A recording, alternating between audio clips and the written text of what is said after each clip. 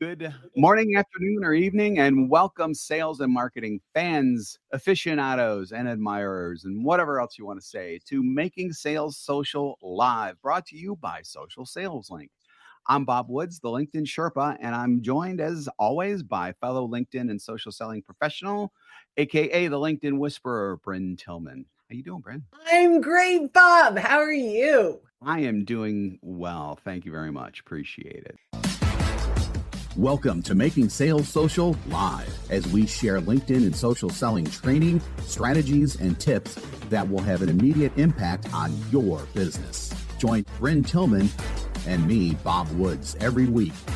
Making Sales Social Live. This is the recorded version of our weekly Making Sales Social Live show. So let's get right into things, because so many people out there have so many questions about LinkedIn's algorithm. And guess what? We do too. So, That's right. questions like, does ringing the bell, which we'll explain what that is in a second, really have an impact on who sees your content? Also, do those Facebook style posts that are like fingers or fingernails on a blackboard to me still work? And how long do your posts have to be? All of that and much, much more. Well, our friend Richard Vanderbloem recently came out with an update to his always excellent research on the LinkedIn algorithm. So we're going to highlight some of the things in the updated report today. But if you want his full report, just go to socialsaleslink.com/algo. Socialsaleslink.com/algo. That will just redirect you to his post that has the report attached to it. And we can't give you the URL to the post itself because it's got a bunch of numbers and it's just impossible to follow. Well, So socialsaleslink.com/algo. yep. And Or if you're with Stanley us Short. live right now and you can see us, it's actually at the bottom of your screen, the bottom left of your screen there.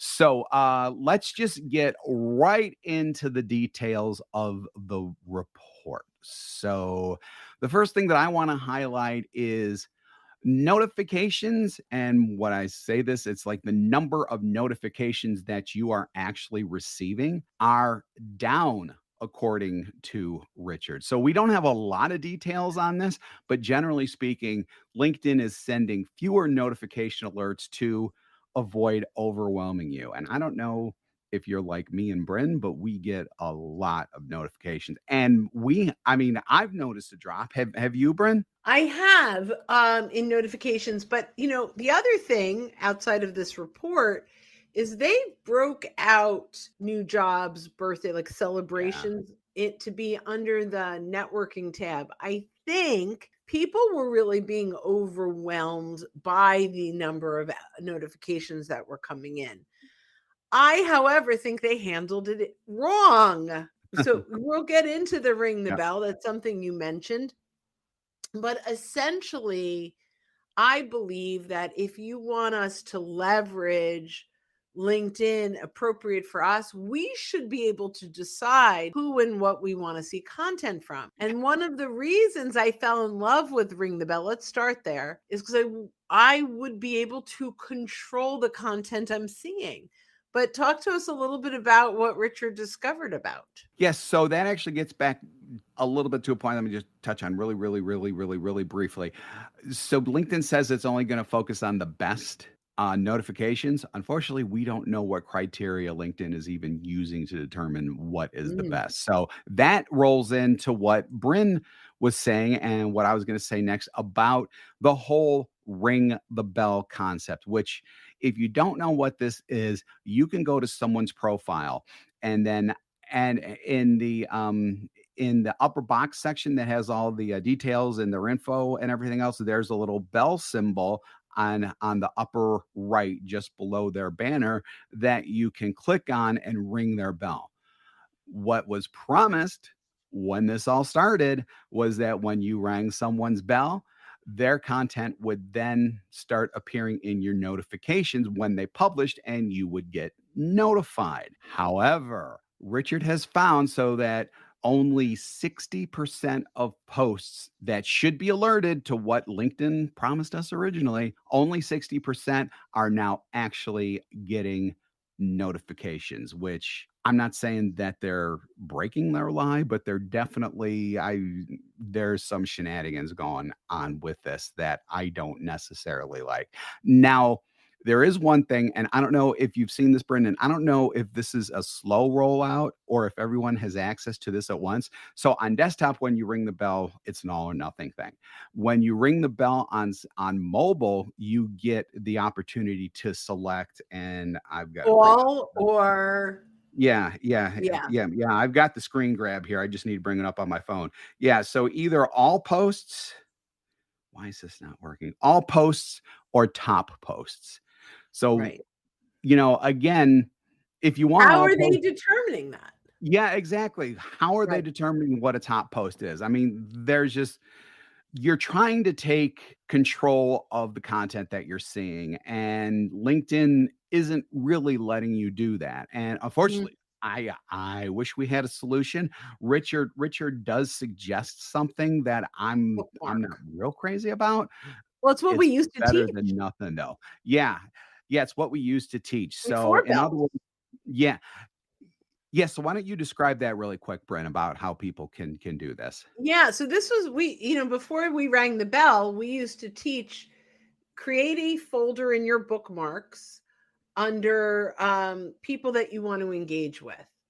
Then what you do is you go to their profile, you click on activity, and you click on posts. And you'll notice it has its own URL at the top that is unique. So if I wanted to follow Richard's posts, I would go to Richard's profile, activity, posts, and then at the top, then I would then click on the star if I'm in Chrome or Edge, and then name the bookmark as Richard VDB is how I would write. Right, so Richard Yeah. VDB posts, and then I would have a bookmark that had maybe 50 or 60 people that I wanted to stay in front of. And because I didn't just bookmark the profile, but the actual link where the posts were, I could quickly open those up and take a look at those posts.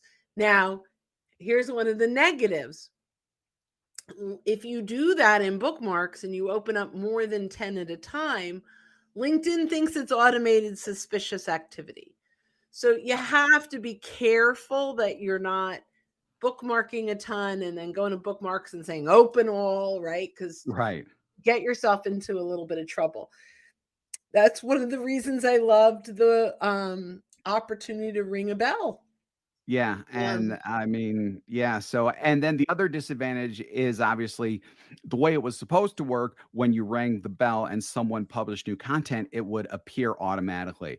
The way that we're telling you to do it with the bookmarks, you have to check all the time because you're not going to Correct. get alerted to that. So that's another disadvantage. I mean, this is what we've just suggested is definitely a workaround. It's not a great workaround, but it's like the only workaround that's there. So, take that That we can think for of right now. right, yeah, exactly. I mean, and that's without getting into scripting or, anything like that that might break, LinkedIn's, terms of service or whatever. So, we just deal with it the best we can, and we bring you these details when we know about them, and hopefully give you some strategies to get around it to the best that we can. But, Yeah. sometimes it is what it is. So now there is also, as soon as I bring it up, we used to say that first couple of hours to the first day of when you post is the most important time to like do engagement and things like that. So nowadays it seems like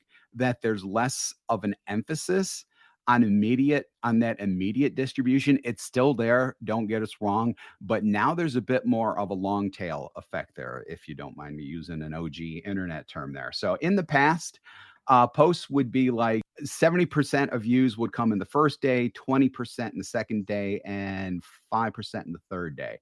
Their research now shows that the first day is now down to 55% views. Second day is up to 30% views. And Mhm. third day is even up a little bit to 10% views, which I have noticed this in my own post too. It seems like that there are now more people than before coming in on that second day. So that huge rush that you that you needed to before. It's still there. It's just it's not as important as it used to be. Correct. That's exactly right. And I don't want everyone out there thinking that this change in algorithm is going to have a huge impact on social selling, right? There Right. are some folks that are out there that live and die by algorithm, influencers, people that, Yep. they post and they get hundreds, if not thousands of views because they've built their world around the algorithm. We love the algorithm and understanding it, but recognize unless you're a huge influencer, the algorithm is less important than your outbound. So, for example, from a social selling perspective, let's say, we want to leverage a piece of content to start conversations. So, yes, we care, we get it out there, we want people to see it, but there's a little paper airplane where almost everything I do, I send a message, and you can send up to 50 people blind copied asking for engagement in one way or another, mostly asking for their perspective, not Mhm. really, hey, can you like and comment? But, Bob, as a social media guru or Sherpa, I'm wondering if you would be open to sharing your perspective in comments. I think it would be very valuable for my network. I can't say Bob, right, on this if I'm blind copying 50 people, but I can say as a valued marketer in my network, I would love your perspective on this because I think it could bring great value to the readers. And then you can pick 50 people, and in under 2 minutes we can get it in front of them. Now, when they start engaging, I don't care what the algorithm looks like, that matters significantly more than whatever the organic algorithm may be. Yep. Would you agree on with that? Yeah, absolutely. I mean, so what I just mentioned does obviously apply to the organic type of thing. So in other words, if you're on like looking to up your LinkedIn game, the Social Sales Link team has you covered with our LinkedIn Sales Accelerator, a guided social selling program that includes training, coaching, and so much more. Visit socialsaleslink.com/in for more details. Again, that's socialsaleslink.com/in.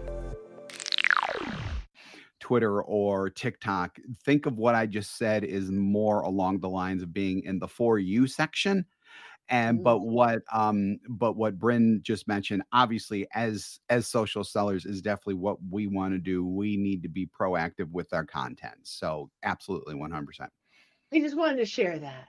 Yeah, no, that was hugely important. So, the next two things are actually really brief ones, so we're gonna hit these really quick. Shorter text posts are now starting to get more impact because dwell time and the impact of that on the algorithm is actually decreasing. So, if you're like me once upon a time, I felt like that I purposely had to write long because of the dwell time. So now you don't need to do that nearly as much because, from what Richard's research says, those shorter posts are now holding their own against the longer ones in terms of the algorithm. So that is good news, I think. Yeah. I feel like good Yes, news. and Yes, and yeah, so it's good news for those of us that don't want to write a lot. But the right. idea of dwell time, I love. The more Hmm. people hang out here, Hmm. I like that you don't have to have a ton of stuff Right. Yeah, a to ton of get copy. value. Yeah, you don't need the ton of copy. Right, no matter how short it is, you still need to provide value. You still need to provide insight. You still need to provide thought leadership. You just don't need to worry about hitting 15 to 1800 characters in it. And fillers, right? Like And the fillers. Yeah, and yeah. filler too. Yeah, absolutely. You can make your point in a shorter amount of characters and spaces and still have impact. And I think that that's probably the big takeaway here Mhm. because impact usually happens in a shorter amount of text anyhow to start with. And then dwell time will end up happening if you start getting comments and things like that. People are going to start reading those and that kind of takes care of itself. Yeah, but I don't know how much dwell time has been affected. So, like, Yeah. does the see more button give you algorithm Yeah. juice? right? Yeah, all of that, I believe he hasn't contradicted it, and that has shown up in previous research that Okay. hitting Seymour does increase dwell time. I'm guessing that dwell time hasn't gone away, just from what I'm reading into the report here. It's just it's not as important as it used to be if the value is there. That's what I kinda take away from it. I love that. So one of the things that I read, and I don't know if it's in that report or in a more recent post that Richard put out because I was doing my research for this. Yeah, yeah, Did you yeah, see yeah, I read a that? little bit of it. I So read a little bit of it, but I'm gonna let you take the lead on it because I don't have it in front of me right now. So one of the things is the impact of followers that engage with your content outperforms that of a connection. So if Oh, you're in yeah. creator mode and you're building your followers, if a follower engages, that's worth more than a connection by 20%. Yeah, that's very interesting, and that's probably one of those cases where if you have a lot of followers, but you don't really know who they are, you should probably start going through your follower list and see if you can actually convert some of them to connections. Because if they're No, engaging in not your in this content all the case time. though. Well, no, no, no. What I'm saying though is, no, you're right just in terms of that. But I'm saying if these people are having conversations with you within and within others within a post, that's probably a good time to actually convert them to a connection and then see if they're interested in furthering the relationship with you. 100% from social selling, from a Yeah, social social selling selling standpoint. perspective. Yeah, yeah, yeah, yeah. That's what I'm thinking there. Yeah, like if you, yeah, but from an algorithm Yeah, perspective, this is what's algorithm. Ugh. crazy. Yeah, I know. So you have Sometimes. to decide, pick your poison. Yeah, exactly. Yeah, sometimes yeah, sometimes that's kind of a difficult decision, but I think that most people who are experienced enough in sales are gonna be able to distinguish whether they wanna keep someone as a follower or if they wanna take that next step and try to get a connection out of it. Yeah, and this one is easy. This one's interesting. If you have a post that does exceptionally well, your next one will too. Yep, There's 60% reach in the first hour of the second post. yep, 60% up. So LinkedIn is like, hey, you must have given value before, this one will too. yep. So then on the f well, not on the flip side, let's just treat that as a separate point. Going back to his report of document and PDF posts, so the ones where they get put into the carousel on LinkedIn, um, you should go shorter on those, which we've always talked about anyhow. They shouldn't be, War and Peace online. But he actually has an interesting stat in that posts with more than 20 slides are taking a hit performance wise, and we're talking a 30% hit, so it's pretty Mm. significant.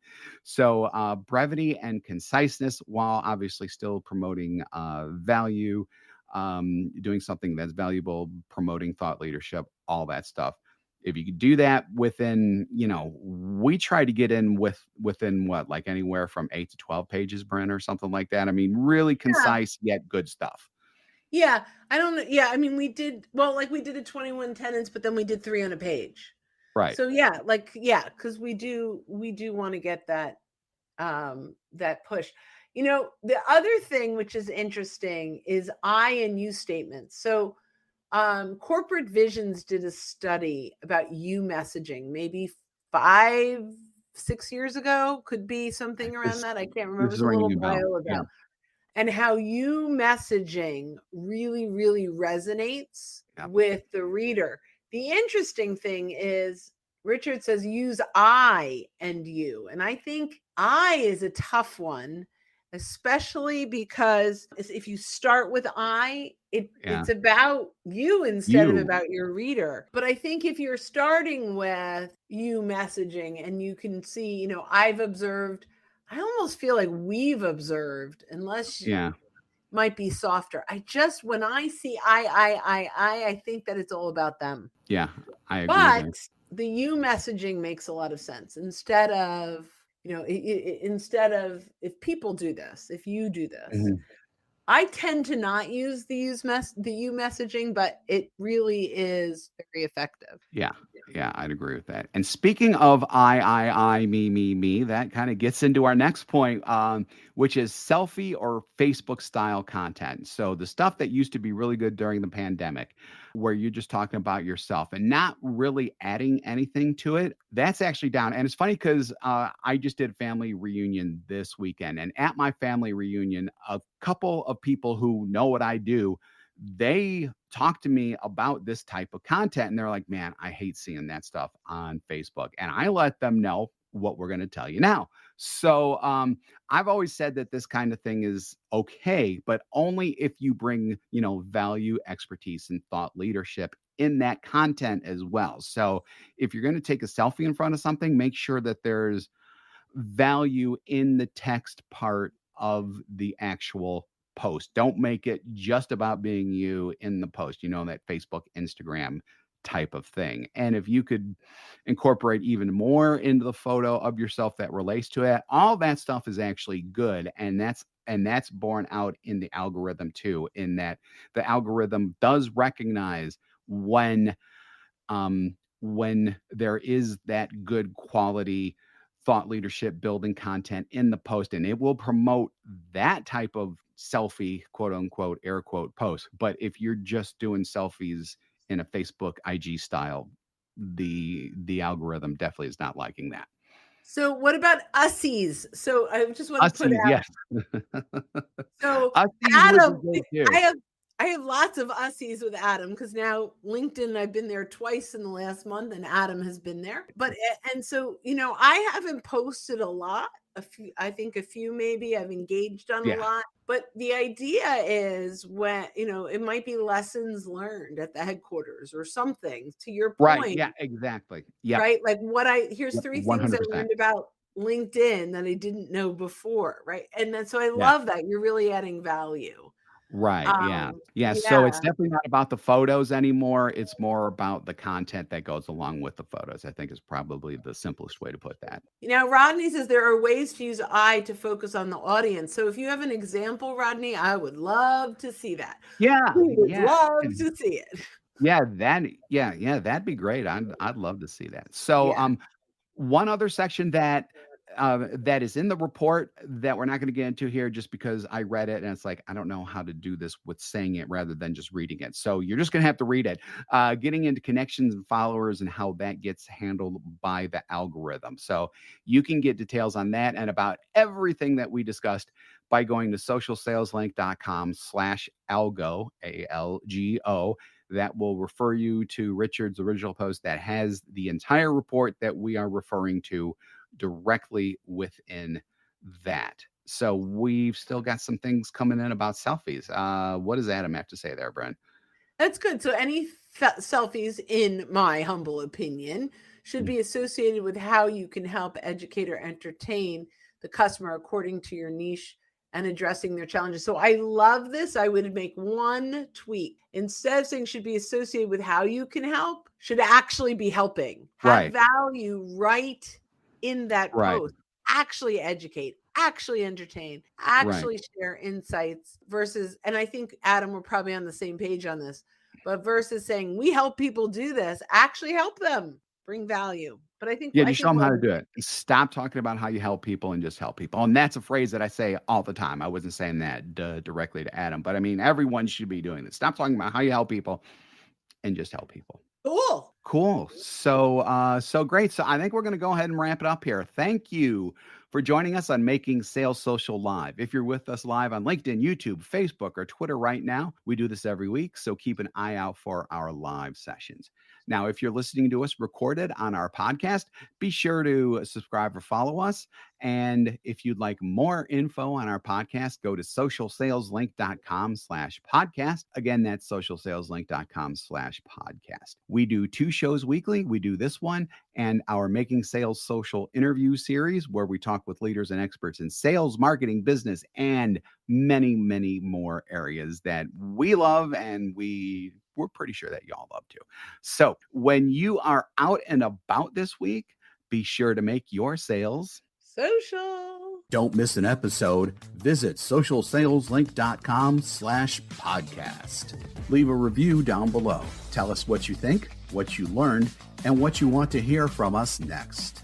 Register for free resources at linkedinlibrary.com. You can also listen to us on Apple Podcasts, Spotify, and Google Play. Visit our website, socialsaleslink.com, for more information.